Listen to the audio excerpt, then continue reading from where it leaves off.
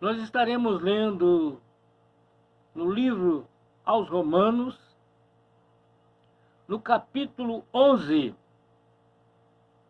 Aos Romanos, no capítulo 11. Vamos estar lendo do versículo 1 até ao versículo 5. Digo, pois, porventura rejeitou Deus o seu povo? De modo nenhum. Porque também eu sou israelita, da descendência de Abraão, da tribo de Benjamim. Deus não rejeitou o seu povo, que antes conheceu. Ou não sabeis o que a Escritura diz de Elias, como fala a Deus contra Israel, dizendo: Senhor, mataram os teus profetas e derribaram os seus altares, e só eu fiquei, e busca a minha alma. Mas que ele diz a resposta divina: reservei para mim 7.000 varões que não dobraram os joelhos diante de Baal. Assim, pois, também agora, neste tempo, ficou um resto, segundo a eleição da graça de Deus. Glória a Jesus. Nós vamos dar um título para esta pregação de Romanos, capítulo 11, de 1 a 5. Deus é justo e não esquece do seu povo. A narrativa do livro de Romanos, em especial no capítulo 11, traz uma dissipação de contenda entre a igreja que estava estabelecida no império, no domínio do mundo da época, que é Roma. A igreja estava contendendo a respeito de haver muitas pessoas que davam um julgamento antecipado, condenatório, ao número de pessoas que estavam buscando estar servindo a Deus. E o apóstolo Paulo, então, começa a conversar com aquelas pessoas que estava explicando para os romanos que a igreja de Cristo, ela é diferente do sistema religioso da época, porque os romanos adoravam o seu imperador pela sua habilidade, pela sua capacidade de estabelecer maneira de dominar e conquistar de forma utilizando a força do exército, com estratégia militar, ocupava o espaço e dominava os povos. Mas na igreja era diferente. A igreja hoje ela é diferente.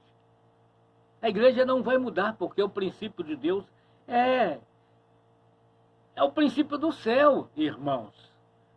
Não é o princípio humano, não é o conhecimento humano. E o apóstolo Paulo estava falando com os judeus, que compunha a igreja, que tinha os costumes de Moisés, havia deixado, mas com o decorrer do tempo, é como nos dias atuais. O homem começa a servir a Deus, abre o seu coração, deixa tudo e vê que não tem importância e significado, mas, com o decorrer do tempo, ele começa a voltar aos princípios antigos, e Paulo começa a conversar com ele e dizer para ele: se com tua boca confessares ao Senhor Jesus, e em teu coração credes que Deus o ressuscitou dos mortos, serás salvo. O Evangelho de Jesus Cristo, ele tem como princípio fundamental a salvação. Não é apresentar poderio administrativo, poderio financeiro, ou habilidade com poder, com demonstração de poder sobre a vida de outras pessoas. Não, o Evangelho de Jesus Cristo não é para isso. O Evangelho de Jesus Cristo é muito mais profundo. Ele quer dizer que ele tem comunhão com a alma do ser humano, é o que é eterno. O Evangelho não tem o objetivo, embora, irmão, Deus atua sobre o corpo para que o homem possa entender e compreender as coisas de Deus. Porque o homem tem uma parte terrena, mas duas partes espiritual. Primeiro é o sopro de vida que foi dado por Deus, que é chamado de espírito, que não se contamina e está sempre pronto. E temos a alma, que é a formação do homem, que é a união do material com o espírito, que forja o homem eterno, que é a alma. E a Bíblia, ela traz esta explicação para que o homem entenda a obra de Deus. Quando Jesus disse que ele veio e trouxe o seu reino, o seu reino não é comida, não é bebida, não, porque ele é um reino que cuida do que é eterno. E Paulo então começa a conversar com o povo de Roma: se com tua boca confessares ao Senhor Jesus, e em teu coração credes que Deus o ressuscitou dos mortos, será salvo. A salvação, irmão, ela tem a ver com o tempo presente. Você não ficará preso a nenhum vício. Você vai amar a Deus sobre todas as coisas. Porque o amor é invisível. O amor é eterno. O amor é um dos atributos de Deus. E se você tem Deus em sua vida, a sua alma, você confessa a Cristo e você está salvo. Salvo de quê? Não é que você não possa sofrer um acidente. Não é porque você não vai vai sentir frio ou calor. Não é porque você vai ficar doente. Não, a salvação de Deus, ela é completa. Ela é neste corpo e te dá autoridade para os que crêem. E porão as mãos sobre os enfermos e eles serão curados. Isto é o exercício da fé, colocando em prática a confiança através da obediência. Obediência à palavra de Deus, aos ensinamentos de Deus. Porque a Bíblia diz que, visto que com o coração se crê para a justiça, e com a boca se faz confissão para a salvação. Se você não tiver coragem de confessar publicamente que você morreu para o mundo, que você oferece todos os dias um sacrifício vivo, que é o seu culto racional, o seu culto com entendimento, o teu culto com sabedoria, que você adora a Deus pelo que Ele é, não pelo que Ele faz. Porque todas as coisas que Deus fez, Ele disse que era bom, era perfeito. Mas nós precisamos, irmão, crer com o coração e confessar com a boca. Né? Porque a Escritura diz que todo aquele que nele crê não será confundido. Olha que coisa extraordinária. A Bíblia traz aqui a instrução. Porque, irmãos, se você abre o seu coração, aceita Cristo, a Bíblia, lá no Evangelho de João, 1, versículo 2, que diz que todo aquele que o aceita passa a ter direito a ser chamado filho de Deus. Isso quer dizer o seguinte: você passa a ser cidadão do céu. Você passa a ter liberdade de conversar com o Criador, com Deus Todo-Poderoso. E torna-se então povo de Deus. E muitas pessoas começam a questionar o relacionamento de Deus com os homens. Porque todo aquele que nele crê não será confundido. Porque não há diferença entre grego e judeu. Porque um mesmo é Senhor de todos, rico para com todos. E o interessante, irmão, é que Paulo, conversando com os romanos, ele diz: porque todo aquele que invocar o nome do Senhor será salvo. Invocar, irmão, é clamar com insistência. Não parar. Acorda de manhã, fala com Deus. Levanta, quando vai levantar, pede direção a Deus. Isto é, irmão, aquele que invoca o nome do Senhor será salvo. Agora, por que essa programação existe, irmão? Para que todos tenham entendimento. Para que possa invocar o nome do Senhor. Né? Para que possa conhecer a obra de Deus. Para aquele que não creram. E como crerão naqueles que não ouviram? E como ouvirão se não há quem pregue? O apóstolo Paulo estava instruindo a igreja dos romanos, onde tinha os judeus que viviam naquela região, e eles questionavam a Deus, porque eles viam que a nação judaica era o povo escolhido, era o povo que Deus, através de Abraão, constituiu uma nação, através da descendência de Abraão, através de Jacó, que formou as 12 tribos. E as 12 tribos agora estavam sujeitas ao domínio romano. E eles começaram a pensar que Deus havia abandonado ao seu povo. Deus não havia rejeitado o seu povo.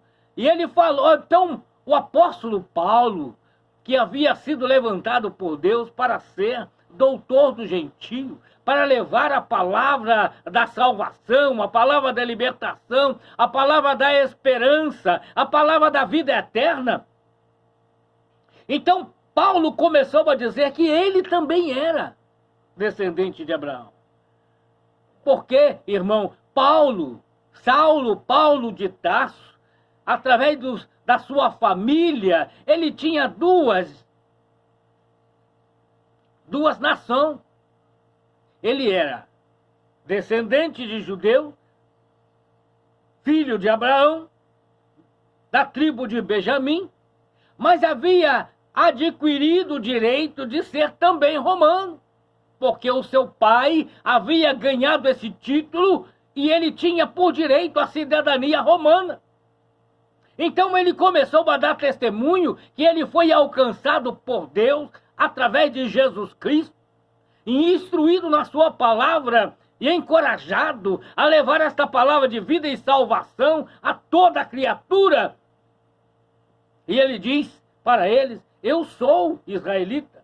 Deus não rejeitou o seu povo, que antes o conheceu, que era a nação de Israel. Ou não sabeis que a Escritura diz de Elias como fala a Deus contra Israel. Ele cita um dos profetas antigos que todos conhecem, a história de Elias. Elias foi aquele homem ousado que foi levantado com Deus com um propósito de ser porta-voz, anunciante, trazer conhecimento da vontade de Deus, do propósito de Deus, direcionar as pessoas a viver uma vida de santidade, a uma vida de comunhão, uma vida de vitória, irmão. Que a história do povo de Israel demonstra que enquanto eles viviam uma vida de comunhão perfeita, uma vida de obediência aos ensinamentos, aos direcionamentos de Deus, eles eram mais do que vitoriosos. Mas quando eles se davam a fazer a sua própria vontade, buscar os seus próprios interesses, Deus retirava de sobre ele a sua mão e permitia que ele se tornasse sujeito a outras nações. Então o apóstolo Paulo começa a dar testemunho a respeito deste evangelho transformador, a este evangelho libertador, que muitas vezes o homem, pela sua consciência, começa a fazer o julgamento condenatório e dizer que Deus muitas vezes vira as costas para aqueles que o servem. E ele começa a contar o caso de Elias, né? Quando ele estava com medo de uma mulher, Jezabel. Jezabel representa hoje todo tipo, no meio cristão, que representa todo aquele tipo de vaidade, de orgulho, que leva o homem a esquecer-se de Deus, a valorizar mais o corpo, abandonando a vida espiritual. E ele, com medo de Jezabel, apenas uma mulher, filha de um rei, Etibaal, servidor que servia aos deuses estranhos, não servia ao Deus verdadeiro, em que viu que todos os seus sacerdotes, tanto os que serviam a Baal, quanto também aos Astarotes, e Deus havia levantado Elias com autoridade e com poder, que levantou um desafio, a comprovação para o povo israelita quem era o Deus verdadeiro. Mas Elias também fez um pré-julgamento com relação ao povo da sua época, porque ele olhava e via todo o povo corrompido, todo o povo desobedecendo aos mandamentos de Deus. E Elias então se levanta e diz, então Paulo traz à memória a fala do profeta Elias, que disse para Deus, mataram todos os seus profetas e derribaram os teus altares, só eu fiquei e buscam a minha alma. Olha, o pré-julgamento, mesmo sendo homem de Deus, está sujeito, irmão, aos pensamentos humanos. Mas Deus dá uma resposta. Deus não deixa o homem de Deus sem resposta. Deus não deixa o homem de Deus enganado. Quando Deus diz que não deixa o homem de Deus sem resposta, Deus não permite que o homem de Deus viva enganado. E Deus lhe dá uma resposta. No caso foi a Elias, que vivia no reino do rei Acabe, aonde Jezabel, que não era o rei, mas tinha autonomia e exercia autoridade sobre o homem chamado Acabe, que era o rei. Mas Deus dá uma resposta, assim como Paulo mostra ao povo romano, à igreja de Roma, aos judeus que viviam em Roma. E Deus dá uma resposta para ele. Reservei para mim. Olha a ação de Deus, que trabalha, irmão, na mente e no coração. É o Deus que cuida da alma. E cuidando da alma, a alma cuida do corpo. Porque leva o corpo a Deus. Leva o corpo a oferecer um culto racional, um culto com razão, um culto com entendimento, que é o sacrifício, irmão. Está todos os dias cultuando a Deus. Não é só na igreja, que tem pessoas que acham que devem cultuar a Deus somente na igreja. Não, irmãos. Você tem que cultuar, irmão, na sua casa. Antes de dormir, você cultua a Deus, lê a sua palavra. Quando você acorda, você cultua a Deus, conversando com a Deus em oração e lendo a sua palavra, buscando a direção de Deus. Durante a sua caminhada, adore a Deus. Adorem a Deus, cântico de louvor. Dá lugar ao Espírito Santo de Deus, para que Ele possa introduzir a sua vontade no seu coração, para que Ele possa ampliar a sua visão, para que você tenha visão espiritual. Porque o que comanda o mundo presente não é o que é visível, é o espiritual. É a ordenança de Deus que o homem não vê. Você sabe como Deus ordena para que as fontes tenham água nascendo lá nos altos montes? Você sabe como a ordenança de Deus para purificar a água no interior da terra e fazer com que águas nasçam com sabores diferentes? Tudo isso é o invisível, é a ação de Deus. É assim que Deus estava tratando com o povo de Roma, na igreja de Roma. Ele disse: eu reservei para mim 7.000 varões que não dobraram o joelho diante de Baal. Ele estava dizendo: olha, o tempo pode passar, as coisas podem acontecer, mas Deus tem um povo na terra. Deus tem reservado um povo especial, zeloso e de boas obras, sobre toda a face da terra. Em todos os lugares Deus tem reservado para si. Aqui ele dá testemunho porque naquela época, irmãos, Jezabel havia perseguido todos aqueles que permaneciam fiéis e obedientes aos mandamentos de Deus e não se entregava à vontade dos deuses estranhos trazido por ela da sua pátria, que não era israelita. Haviam destruído todos os altares aonde os sacerdotes fiéis ofereciam a Deus o seu incenso, que é a oração, o seu sacrifício vivo, que era colocar o seu corpo em serviço, em prol da obra de Deus em santidade, fazendo acepção ou reconhecendo a diferença do santo e o profano, vivendo nesta vida não conforme a sua própria vontade, mas guiado pelo Espírito Santo de Deus, que leva o homem a viver uma vida que agrada a Deus. E Deus então mostra, através de Paulo, a igreja de Roma, que Deus não abandona o seu povo. Se você está vendo, irmãos, a igreja sendo atacada, muitas,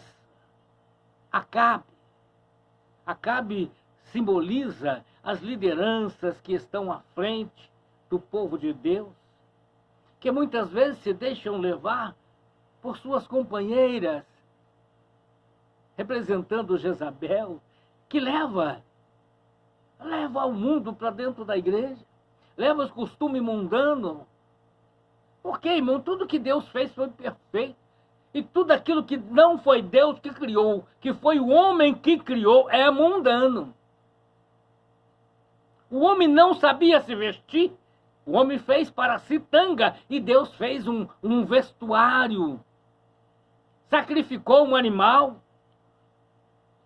Deus estabeleceu, então, condição para que o homem que serve a Deus não se curve, não se dobra o seu joelho diante dos deuses estranhos, os deuses da terra, irmão. Quanto se rende ao dinheiro, é os deuses da terra. Quando se rende à riqueza, é o Deus da terra. Quando se rende às vontades humanas, são os reis da terra. Quando se procuram fazer a sua própria vontade da carne, os desejos do seu coração, que muitas vezes é contrária, que tem muitas coisas que não é pecado, irmão, mas não convém ao cristão, porque não glorifica a Deus. Traz à memória alguém que construiu aquilo e exalta o nome daquela pessoa e não glorifica a Deus. A vida do cristão, irmão, deve ser como Paulo, ele disse: todas as coisas me são lícitas, mas nem toda me convém. Todas as coisas me são lícitas, mas não me deixarei pegar por nenhuma delas. Foi isto que Paulo estava transmitindo para a igreja, como está transmitindo para nós hoje, irmãos. Deus jamais abandona o seu povo. E Deus ainda tem preservado, irmão. Deus ainda tem mantido. Deus ainda tem guardado muitas pessoas que não se dobraram diante dos deuses da terra. Assim também como agora em nosso tempo, nos nossos dias, Deus tem reservado um povo especial, zeloso. Segundo a eleição de Deus, é algo especial, irmão, porque tudo que Deus fez, Ele planejou, Ele viu pronto para depois estabelecer. Então, você, eu, nós, fomos eleitos por Deus para a salvação. Por isso que Ele trouxe para os nossos dias, Ele trouxe para os nossos dias a sua palavra. E nós temos a sua palavra em nossa mão, e nós podemos tomar decisão, andarmos segundo os preceitos do nosso próprio coração, do nosso próprio desejo, ou andar segundo os ensinamentos da sua palavra, porque a Bíblia diz que a palavra é espírito de vida e representa Cristo constante. Se você tem a palavra de Deus constante no seu coração, Cristo está fazendo morada e você é um santuário aonde mora o Pai, o Filho e o Espírito Santo, e ele se manifesta ao mundo através daquilo que ele realiza em sua obra, em sua vida. E Deus tem algo sempre especial. Por isso, é muito importante nos dias de hoje, irmão, nós atentarmos um pouco, atentarmos para o que a palavra de Deus diz, o que a palavra de Deus tem mostrado. É muito importante, irmão, nós vivemos o melhor para Deus, viver segundo os princípios de Deus. Atenta, irmão, a quem você tem observado, a quem você tem seguido. Às vezes, irmãos, a liderança que está na frente é Acabe. Sabe da verdade, conhece da verdade, conhece a palavra de Deus, foi separado para um propósito, mas perdeu a força, porque deu ouvido ao mundo, deu ouvido ao seu coração, mas as consequências sempre virão. Mas Deus tem dado oportunidade. Assim, pois, agora, nesse tempo, ficou um resto segundo a eleição de Deus. Deus não abandonou o seu povo. Deus continua guardando e guiando ao seu povo. O que nós precisamos fazer é crer e confiar e ter a vida abençoada.